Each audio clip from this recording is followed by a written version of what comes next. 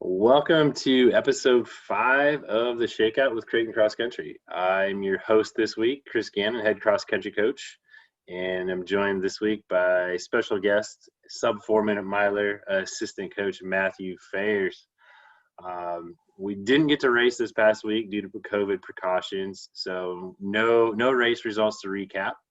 So we're actually going to do a QA session with Coach Fayers. We dropped some opportunity earlier on social media for people to put in some questions, but just give everybody the opportunity to get to know Matthew a little bit better and hear his stories of being a sub 4-minute miler and how he ended up in Omaha from London and go from there. So, Matthew, I feel like I've had the opportunity to get to know you now for a little over, not quite 2.5 years, I think we're at. It's been a joy and a pleasure, that's for sure. We joke, you and I regularly do, that we spend more time together than we do with our wives. We definitely shared more meals and more hotel rooms than I ever have with my wife. But most of the world does not know you as well as I do. So just kind of looking forward to, hearing, even for me, hearing some of your story and, how life is as a Englishman here in the big city of Omaha. So gonna kind of jump right into a few of the questions here that we got from listeners or viewers or social media followers, and this one came up a couple of times, and so we'll start off with that one. And Matthew, the question is, when did you start running? And then from there, when did your passion or love for running come out of, when you were just running to run, and then, hey, this is something I want to do and pursue and move forward with? So it would have been when I was around 11, 12. It would have been year 5, grade 6 for you American listeners. And I was part of the football soccer team. And I remember we had a tryout, and it was like, hey, after school, come do this tryout. You get to race if you're in the top 7. So I ran 6 laps of this field, not the most fun race to start things off, and ended up placing 5th or 6th, I believe. And so we go to the district meet, and I'm 5th or 6th again. And so after this race, I was like, maybe I should put in some work, do some running. And prior to this, I had been doing some swimming. I had been doing, obviously, soccer. So my aerobic system was in decent shape. And so I remember my dad would cycle with me, and I remember we actually drove the route, and the route told us it was 5 miles. And then years later, 5 or 6 years later, when I got a Garmin, it turned out this 5-mile route was actually about 3 miles. And so when I thought I was running these 5-minute miles, I was actually running these 7-minute miles. So kind of funny how that all turned out. But it's kind of running on the side. I had some success with that. I ended up finishing 2nd in the 2nd meet, and then that kind of led to the final battle, which was the fun run. And so I can't remember if it was 3 or 5K, but I remember I wanted to win, and I definitely had some motivation from my dad, who said, if you win, I'll buy you this Star Wars Lego set. And I got the win. I ended up winning the race. My race number was number 1, so maybe some foreshadowing there. My mom always likes to say it was foreshadowing. She knew I was going to win because I had the number 1. I ended up actually beating the pacemaker, which was when people were like, oh, you're actually pretty good at this. You should probably, go to the next stage, which would be to join a club. And so the following year, I joined a club and kind of had some real structure, because everything prior to this I'd just been doing by myself, and it was just easy runs, probably 20-minute runs every 2 to 3 days. I actually remember I used to do fartleks a lot. And those fartleks were run for a minute, walk for a minute, and then sprint for a minute. Just really random training that I don't even know how I got the idea. Could have been my dad swinging me some weird strategy back in the day. But I ended up joining a club, and one of my training partners at the time was the guy who actually won that 2nd race. He was this big time guy, and I was like, wow, I'm part of this training club, and so I was part of a club, not a school system, and so that meant being age 12, I was running with 18-year-olds, obviously there was a lot of individualized instruction, but a lot of the time it was kind of hang on for dear life in the early stages. And so I remember one of the first workouts, we were on the roads, and it was a relay type structure, similar to what we've done at Creighton actually. So I was deemed the slowest person. I got paired with the fastest guy. So I remember the first workout, I have this guy coming around in first place, and I'm pooping my pants as, you know, the slowest guy. And so everyone's trying to beat me. So that was a lot of fun. And so everything just kind of progressed from there. I got better every year, you know, with consistent structured training. My coach kind of very individualized instruction for everyone, which obviously you need to do when you're working with 12-year-olds or 18-year-olds. And then through when I was 14 to 18, or 14 to 16, I should say, was when I really fell in love with it. So I started having success after a few kind of injury-riddled seasons. I had a lot of growing pains. When I was younger, I grew from probably like 5'3" to 6 foot in about 2 years. So I just had a lot of growing pains. And I started following athletics. We had the Olympics, you had the World Champs, Diamond League. I was just consuming as much track as I could and really enjoyed it through that period. But then when I turned kind of 16, 17, I kind of became self-aware, and I was aware that I was actually good. I had 2 podium finishes at nationals, and now the expectation was I was a top 10 guy in not just like, you know, regionally, but in the country. And so with that came pressure, and it became expectations. And so with ranking systems, it was very easy to see, oh, well, I'm ranked 5th in the country, I'm ranked 6th in the country. And so I kind of fell out of love actually with running for a long period, because it became this game of expectation. And I remember even running PRs as a 17-year-old, running 3:45 and walking away disappointed, because I was just trying to live up to these expectations that I don't think anyone but myself placed upon myself. And that kind of transitioned to college, because I became even more self-aware. Suddenly you go from you're the guy to you're a 401 miler in high school and you're ranked 7th on your team. It's kind of a wake-up call. And so I definitely went through some periods of falling out of love, and it was kind of a roller coaster up and down through college. Definitely some highlights, but definitely a lot of lowlights. And so now trying to get back into it, trying to regain that love. And then definitely what I found is not placing such an emphasis on being so self-aware, but also on times. I feel like that was kind of the biggest thing that took away the love from me, which is becoming obsessed and chasing these times. So even if you win or have a good race, it was a disappointment because you didn't hit the time. So that's kind of, I would say, how I fell in love and out of love with the sport. Yeah, that's, you know, it's something we talk about a lot within our program. Find your joy. We've been talking about it for a couple of years now. It kind of started, you know, honestly with Dina Castor's book, and we got that from my team, or the team, before you were even here. Let Your Mind Run, and just an incredible story about what running can be for you, that it doesn't always have to be about a time or performance, but that running can be therapy, that running can be your emotions for the day, and that sometimes running has to be more than just the sport itself. And so yeah, FYJ has become a common hashtag around here, and especially this year because of COVID and everything else, that, you know, we do need running to be more than just a sport. And so, you know, it is a journey for every person, you know, even for myself, who is not a runner, you know, running's been there for me when I needed it, you know, through trials and tribulations of life, of, you know, my dad being diagnosed with cancer and losing my father and things like that. You know, even though I wasn't a runner, running was the thing that I turned to. And so it's definitely the beauty of our sport, if you will, is that it can be so much more than that. So you kind of mentioned there, you know, your transition from high school into Oklahoma State, and, you know, running 401 in high school, which is incredible. And then that process of ending up in the United States. Now, at what point in time did you kind of make that decision that, yeah, I want to pursue the NCAA American track and field route, as opposed to, you know, staying home in England? Like what were the draws there for you to come this side of the pond?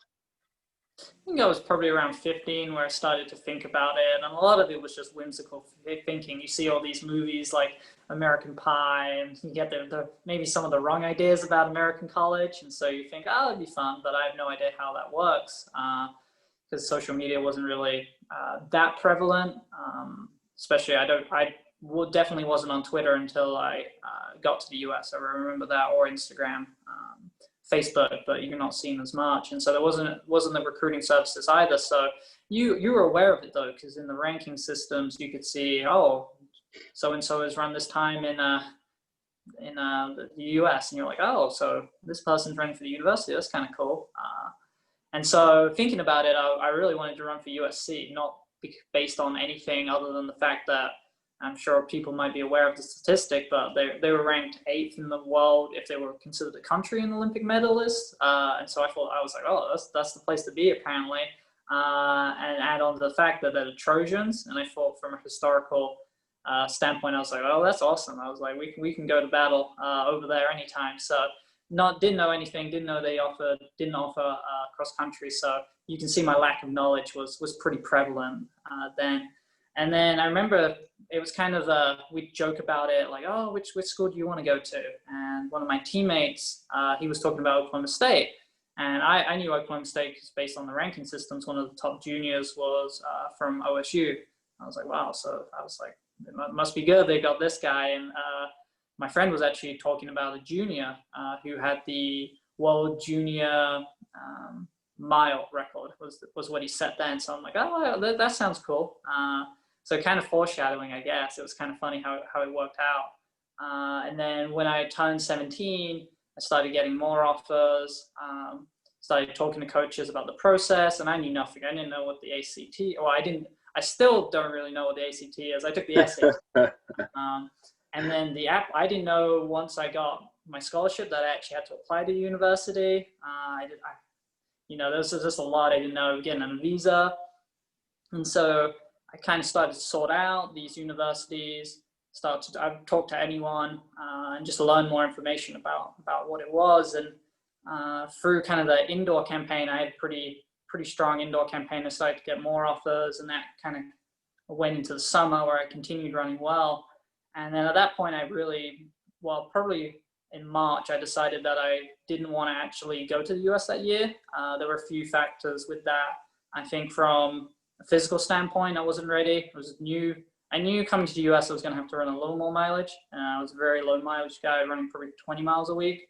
And so I knew regardless of where I was going to go, they were going to bump me. And so I wanted to get ready for that, take the gap year, and kind of have that life as a professional athlete just for 1 year. I wanted to do things on the athletic side as well, make a junior team, learn to drive, all the fun stuff. And then from a emotional maturity standpoint, I definitely was not ready to leave home. I think years later, I'm definitely glad I took the gap year for that reason. I think it would have been rough as an 18-year-old, being a little immature as I was at the time. I think it would have been a rude awakening at first. And then from a logistical standpoint, I had to take the SAT, I had to get a visa, I had to submit all the documents in the clearinghouse. And so all this stuff, I just wasn't ready to go. And so I told all the coaches, I was like, hey, I appreciate the offers, but I'm taking a gap year. And some coaches accepted that, some didn't. But most of the coaches who didn't accept it actually came back a year later, which was kind of amusing, but it was what it was. And then eventually narrowed down to 4, did my visits back to back, and then I committed to Oklahoma State in about March of 2013, I believe.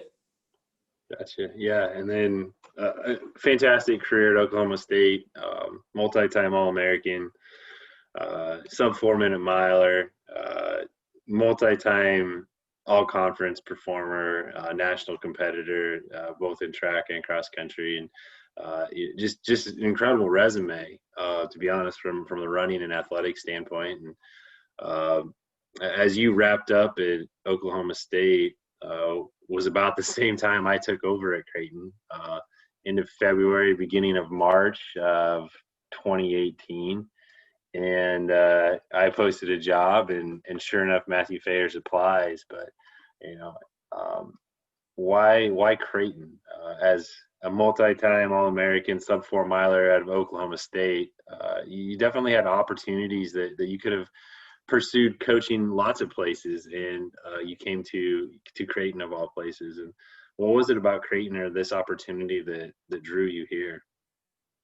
I was pretty open when I was applying to kind of positions, and when I saw the Creighton position, because I remember kind of the same website which shows that the GA position shows the assistant or head coaching position. So I remember actually seeing the coaching position, but I knew it wasn't gonna, like, I was only applying to GA position. So I remember seeing it, and then I figured, oh, it was a first time coach. I did a little research, and you find out that, oh, this person's like, this is an interesting candidate. I was like, not a lot of history in Division I athletics, not a lot of history with distance running, and I was like, wow, this is interesting. And so from that standpoint, I was like, I want to know more. And so I figured I'd do my due diligence, apply, and then during the interview phase, it almost became as much of an interview as it was for me, but it was an interview for you. I remember, obviously, we did talk on a while. Both of us are known for being talkers, so that it was pretty easy to talk, to talk. And it was really interesting finding out that your thoughts on running. So the fact that we had kind of those similar ideologies, both resonating with John McDonald, for example. I remember getting asked a question, which book are you reading? And I was actually reading John McDonald's autobiography at the time. So really glad that worked out. And it's kind of a similar coaching philosophy because for those who don't know, Coach Gannon and myself, we're not necessarily tied to one coaching system, but kind of have a little influence from the European model, a little more speed stuff, a little less mileage, a little less base, a little less Lydiard, a little less Daniels. And so for me, that was really encouraging because for my 5 years, all I knew was Daniels. And through the recruiting phase, it was Daniels. And I was like, I appreciate Daniels. I think he's done a lot of good work, but Daniels didn't really, I had success without Daniels. And so I was like, there is more than one way. And so I remember during the interview process, you kind of told me, you're like, yes, there is more than one way. And I don't know necessarily all the answers, but I'm going to continue to learn. And even now, I know we've been recommending podcasts to each other. We constantly tweet out educational things. So we're constantly learning.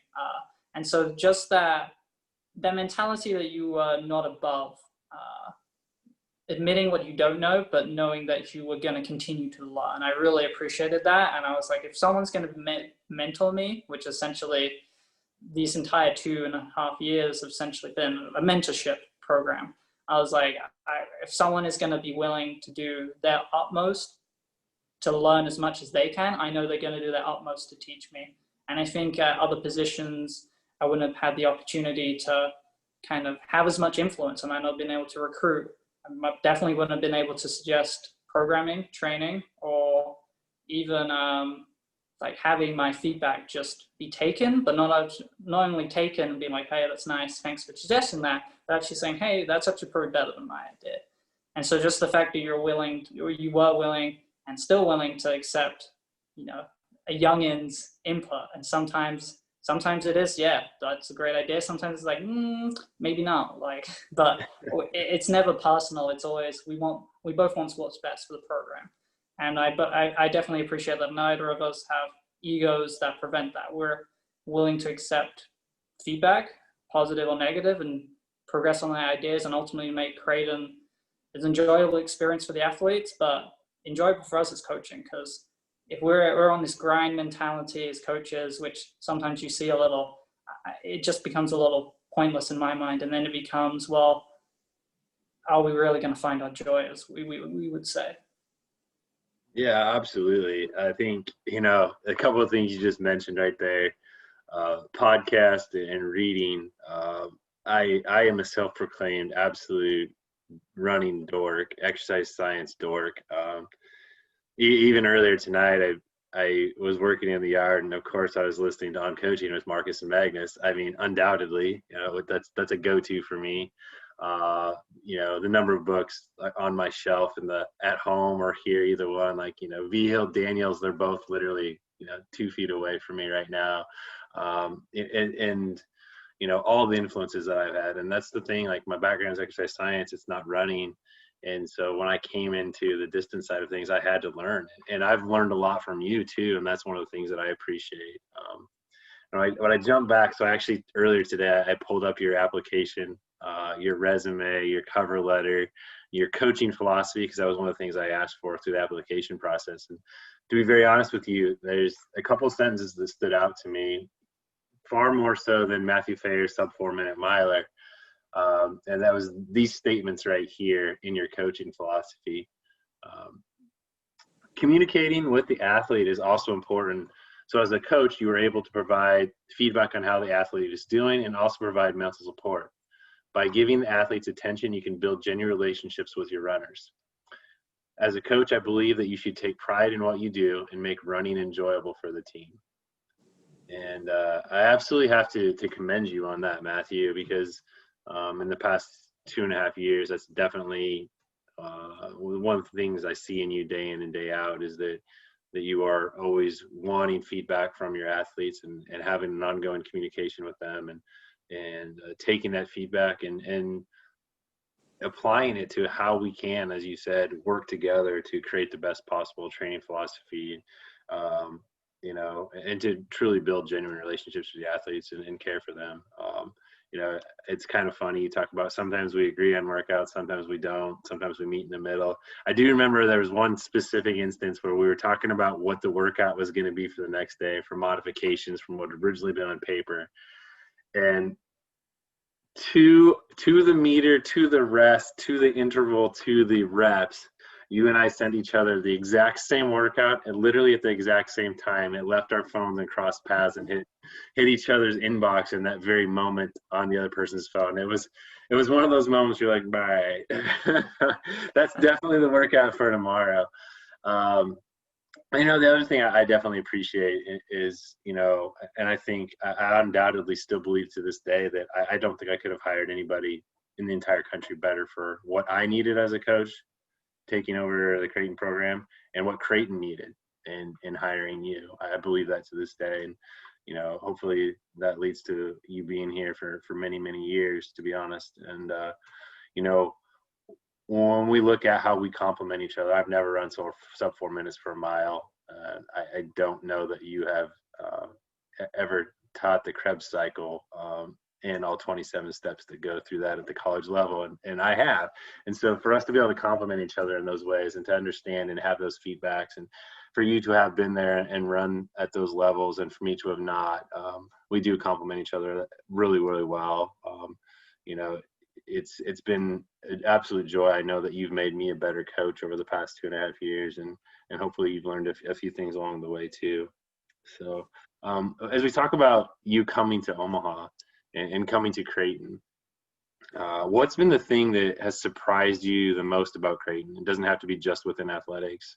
That has been like, wow, like I didn't expect this, or this is impressive to me. Yeah, so I kind of was pretty open when coming to Creighton, coming to Omaha. During when I was actually being recruited, I was adamant that I didn't want to go to a city. Just coming from London, 12.6 million, I kind of had enough of the hustle and bustle. So coming to Omaha, I was like, well, I'm going back to the city, and I kind of wanted it after spending 5 years in a small town, be considered a village back home. So coming into Omaha, super open, and you hear a lot about the community. You hear, the Crane community, the Omaha community, and at that point, it all sounds kind of cliche, and you're like, okay, I'm not sure. You hear about, other communities, OSU, Loyal and True, biggest homecoming, but is it really a community? I'm not sure. But I've definitely been proven, like, not necessarily wrong, but I've been made aware of how prevalent it is. And so I've had the opportunity to work both in athletics and be a regular student. So I get to work with staff and see how everything's handled on that end, but also to see what's life as a regular student. So I see what our potential future athletes are going to experience from that side, but also I know what I get to experience on the athletic side. And the community, the professors who've been there for me, the staff that's been there for me, whether it's, the strength and conditioning, just being, hey, hop in, hey, have a snack. Like, doors always open for you, Fayers. Like, we got some chocolate milks ready, or having my professors like share. Maybe we talk, just be open to receiving feedback about, like on Twitter this summer, I was messaging one of my professors about the Finnish model of education, just because I thought it'd be interesting to her. And she was like, oh, that's awesome. Like, I'll share it. Awesome professors in the education department. And you definitely get this sense of people wanting not necessarily to benefit the creating community, to benefit the outside. So you see people wanting to serve, whether that's working with the Children's Hospital, whether that's the amount of cancer research that's done, not only by you personally, but by the school, the Pink House. It's phenomenal. And just to see that amount of benefiting the community rather than benefiting the school has been awesome to see, and definitely has made me really want to be a part of it. Obviously not necessarily giving from a financial standpoint. I'm not quite at that moment, but definitely giving back in time and giving back in service. I'd say Creighton's definitely made me, in terms of being a holistic person, definitely a better person. Yeah, there's, Creighton's a special place. It's hard to put it into words. I think even on the Creighton official Twitter page, it came out yesterday or today that our retention rate is 92% or something absurd like that. Or you look at the athletic department and the number of people who literally have been there for 10, 20, 30 years. I mean, there's just not a lot of turnover. And it's a special place, and it's really hard to put that in words until you are on campus and get to truly experience that. It's, definitely the community, the culture. Lisa Chips talked about that, when we had her on a couple weeks ago about the culture of Creighton, and even Tom Willie talked about that a week ago, and that sense of family and, men and women for others, which is what Creighton is founded upon. And that definitely is the root of who we are as a university and as a team. I truly believe that, the care for one another is above and beyond, for sure. So as we talk about Omaha, outside of friends or family, what's the thing you miss most about home? Probably the food. I definitely miss the biscuits, the pastries, the roast dinners, the chocolate, even the little things like the bread is like your bread is just more fresh in my mind. It's not stuff that would last for 2 weeks. Our bread only lasts for 2 to 3 days. The milk, just milk. I drink a lot of milk back home. I drink very little milk just because it tastes really weird out here. So just those food items, and some of them you get replacements, and there's even stuff like there's something called Marmite, which when you try to, I'm not going to describe it because it sounds disgusting, but I actually found some Marmite in Hy-Vee, and I definitely bought a bottle, and so that's been on my toast for the last few weeks, which has been a great revelation. That's funny. So speaking of food being the thing you miss the most, you've created your own legacy revolving around food here at Creighton within athletics and definitely the team. Day one staff meeting, first year, entire athletic department, Krispy Kreme donuts, Matthew Fayers, 9 donuts, 1 hour. Impressive stat, by the way, the question came up, what's the all-time record for slices of pizza in one setting? I want to say it's around 14. Used to do some pizza eating competitions back in the day in England, and it would be your, I don't know if the slices are different, but I will admit I do not eat the crust, so maybe people want to duck me off a couple of slices. I just personally don't enjoy the crust. They're not as fulfilling unless you have like maybe a nice side item, a nice like dip. But I also think it's kind of I would rather eat more slices of cheese and pepperoni and tomato than one less because I ate all my crust, or 2 less because I ate all my crust. So just not a big crust guy, if we're being honest. It's funny. So Omaha is known as a food town. What is the best, or I'll let you do top three best things that you've had here in Omaha food wise. I think first off, we gotta go with Early Bird. I think from a breakfast establishment, I mean, put it this way: they have, instead of your waffles and fried chicken, they have donut and fried chicken. So right off the bat, that's got to be up there. They actually have a donut shop. I can't remember the name of the donut shop, but the donut shop is actually next door. So they import that. I might have, don't quote me on this, but I might have ordered a side of donut with one of my meals. We won't go into those details. So that would be an easy number one. You do have to reserve. I know Yelp has an app, so otherwise you're waiting 90 minutes to 2 hours. It's known for being pretty good. And then the next two, I would have to go with Block 16, kind of a local downtown place. It's probably about 10 minutes from where I live, and rotating menu, mostly burgers. I believe from Nebraska's standpoint, it's regarded as one of the best burger establishments in the entire state. And every time I've been there, it's been awesome. So Block 16 is definitely on the go-to. And then a little further to get to, but Angus Burgers is really good.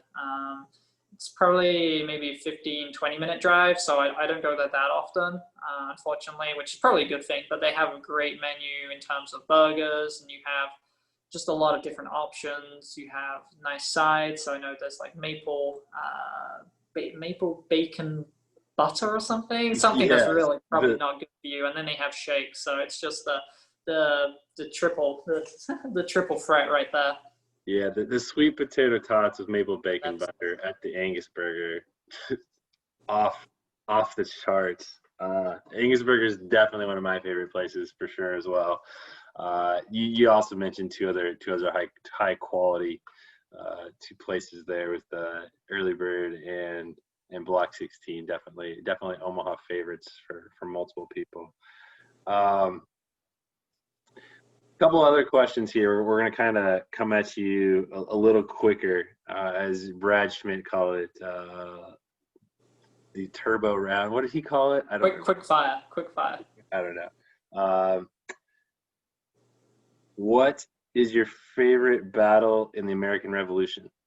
Ooh, I'd have to go with the Battle of Long Island. I believe that eventually led to the capture of New York, so that's going to be up there.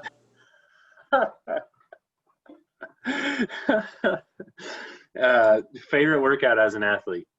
300, 200, 300, 200, 300, 200, 2 sets, 45 seconds recovery first set, 30 seconds second set at mile pace first set, 1K pace second set, roll the all out last two. It was an awesome workout. Favorite place you've ever visited? Ooh, I would have to say probably Antigua, where I went for Antigua and Bermuda for my honeymoon, just on a tropical island. It was a great experience. More nervous as a coach or as an athlete? It's a tie, honestly. I actually get nervous if I remember being at Nationals, being part of the DMR, watching the mile prelims, no involvement with anybody racing, and I was nervous because it's my event. So I get nervous even if nobody's running. I will say I'm probably a little less nervous as a coach, but it's still not good, because I remember as an athlete, before definitely one of those sub 4 miles, I was dry heaving on the start line. And I remember thinking it's not probably going to go well, but it did end up going pretty well. So probably a tie on that one. Gotcha. So that pulls up the next question perfectly. Great segue. First time you broke sub 4 minutes, or first time you broke 4 minutes as a mile, running sub 4 the first time. What was that feeling or emotion like when that happened as you crossed the finish line and you saw that time register on the board? Honestly, it was relief. I was so happy that I had gotten that off my back. And it kind of made it a little less enjoyable, if we're speaking honestly. It was fun to just have broken it. And it was it was on my bucket list. It was, as an Englishman, Roger Spanis is the first sub 4 minute miler. You're kind of ingrained that, and then learn about Coe, Vet, Cram. And so just being a miler, it means a little, I would say it means a lot as an Englishman. And so running 401 as a high schooler, I wasn't shooting for sub 4. I just wanted sub 405, which was the club record at the time. So I kind of surprised myself actually. But at that point, it's like, oh well, now you better sub 4. And so the entire so I redshirted my indoor season, so we didn't talk about it. But my entire redshirt freshman campaign, it was, Fayers, when are you going to sub 4? When are you going to do it? Which race? Which race do you want to do it? And then the entire week, are you ready? And I didn't know I was ready because I don't know what sub 4 shape meant at that point. I was like, maybe I'm in 359 shape, maybe I'm in 401 shape. I don't know. I've never been this fit coming into February. Like when I ran my PR, it was August. And then in the race, 2 of my compadres, I was in the B race. And so 2 of my compadres ran 358 in the A race. And so I watched them. I remember my coach goes to me, you better do it. You're next. I remember almost wanting to poop my pants. Didn't feel good either. The entire first 800, I was like, this feels awful. Just not even in the race. And then 800 in, I kind of woke up. And then just absolute relief. I was happy to have it over and done with, which sounds sad that it was more relief than enjoyment, but there was definitely enjoyment afterwards, but relief instantly. That's an interesting take on that. I can some ways not at a 4-minute mile pace, but I can appreciate that though. That sometimes the expectations are so big that they can take away from the moment, and you almost feel like if you don't come through that you're going to fail and let other people down.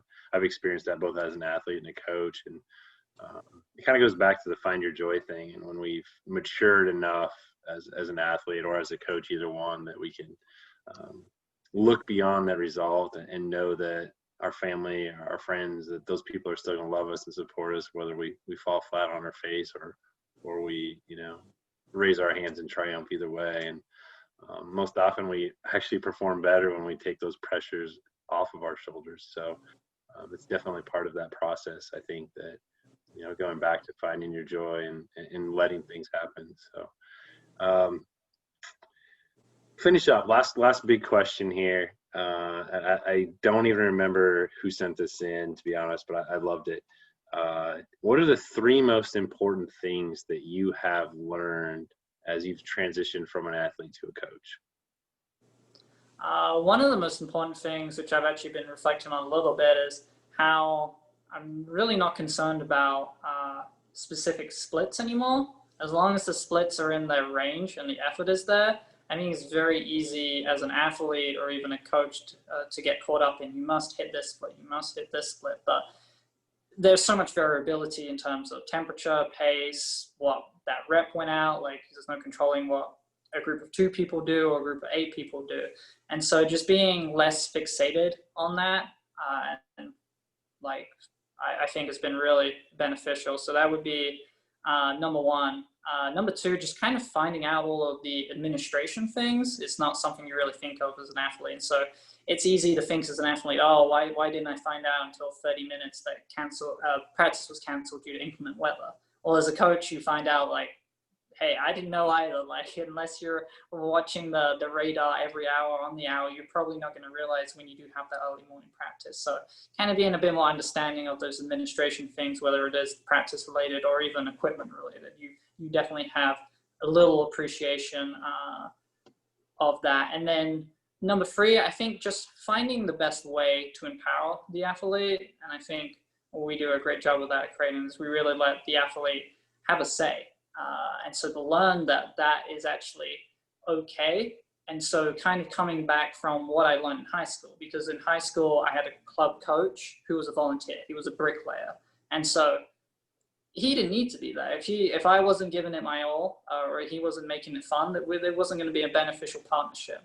And at college, you can sometimes turn into this business-like approach. Like, I know you are serving me, but at Creighton, it becomes, well, what can I do for you? And sometimes it's going to be different for each athlete, but it's going to be different from a week out. So sometimes someone needs a pat on the back, or sometimes someone needs a kick on the butt. And just evaluating that on a daily basis, getting to know. And as I said in that cover letter, I guess, it really getting to create those genuine relationships. So then when it comes time to have the serious talks, we're ready for that. We're ready to talk strategy, but when we're ready to have fun, we can also transition into that. And so kind of being yourself as a coach has been pretty important. Like I never want to pretend that I'm this super mature, all-knowing coach, because we all know that's not the case. Like I like to have fun, like to keep it relaxed, but also lock in when needed. So finding that balance has definitely been key. Whereas after an athlete, maybe I was too all in all the time, or maybe sometimes I wasn't as all in as I needed to be. So definitely finding that balance would be the third one. Yeah, that's some good insight for sure. As you look to, continue to grow as a coach, those things are definitely important. So I'm gonna give you one shot. You get to ask one question. So it's your turn, and then we'll close things up for the night. So I guess my question to you, Gannon, is what motivates you? What keeps you going? Gosh, that's a pretty deep question, to be honest. No easy questions around here, Gannon. Yeah, so I'm a firm believer that motivation has to change. Each person has to have an intrinsic and an extrinsic motivational factor. Because some days, like you just mentioned, you need a kick in the butt, and so that kick in the butt is more of an extrinsic factor. Whether that's I need to get going today because this needs to happen because this is the deadline, or we need this workout, or we need to see this from our athletes, or whatever that might be. But there also has to be the intrinsic thing, which goes back to more of the arm around the athlete. And those intrinsic motivators are the motivators that will be there always, that are going to get the extra out of an athlete or a coach or a person. And those are the things that aren't tangible. And that to me is, something that it comes to probably my dad, to be honest with you, like just the things I learned from my dad, the hard work, the values, working for my family, to be proud of what I do every day, to know that I gave it my best, to know that I left no stone unturned.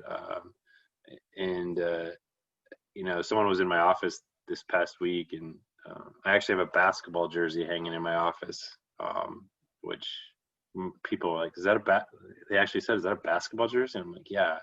The basketball jersey is number 14. It's one of the Creighton pink out jerseys. And, it's like, well, why is that in here? So my dad died on the 14th. And so that's like a reminder for me in the office. Like if I'm having a bad day or, whatever that might be, that's why that's there. And it's just a reminder of my dad looking over my shoulder and, to make sure that I'm putting in forth the amount of effort and the work every day that he would have. I think when I look at what Creighton is, I think very honestly, like Creighton and myself, Creighton and you as well, it was the fit, it was the culture, it was what Creighton stood for. Men and women for and with others. And when you care about the people that you work with every day, whether that be my staff or other people in with athletics or my athletes, or my family, when you care about people, it doesn't really take a lot of motivation because you're going to work as hard as you need to and do whatever you need to be the best that you can be for them. And to have that be the root and the foundation of what gets me going every morning, to get a kid up, get through a workout, or to change a diaper here at home because that's what my daughter needs. Like to have a heart of service and be the root of all things. I truly believe that that's what's going to generate the most success in all aspects of life. And it's something I wish I would have known a long time ago. Does money motivate you, or a car, or a house, or a state championship plaque, or an All-American certificate? But when you love and care for others, I think that's when you end up in the best possible place. Hitting you with the tough questions this evening, Gannon. You did. You hit me at a big one. So, but I appreciate you taking the hot seat tonight. We're looking forward to jumping back into things next week. We'll have not a race week. It wouldn't have been a race week on the calendar this week, so we'll come up with another special guest for next week. I've got a few people. I don't know if they owe me favors or not. I'm probably going to owe them favors after this, but we'll figure out who the guest will be for next week. But thanks so much for tuning in, everybody. This was episode 5 of the Shakeout, so we'll look forward to seeing you next week for episode 6. And as we say around here, eyes up and go Jays.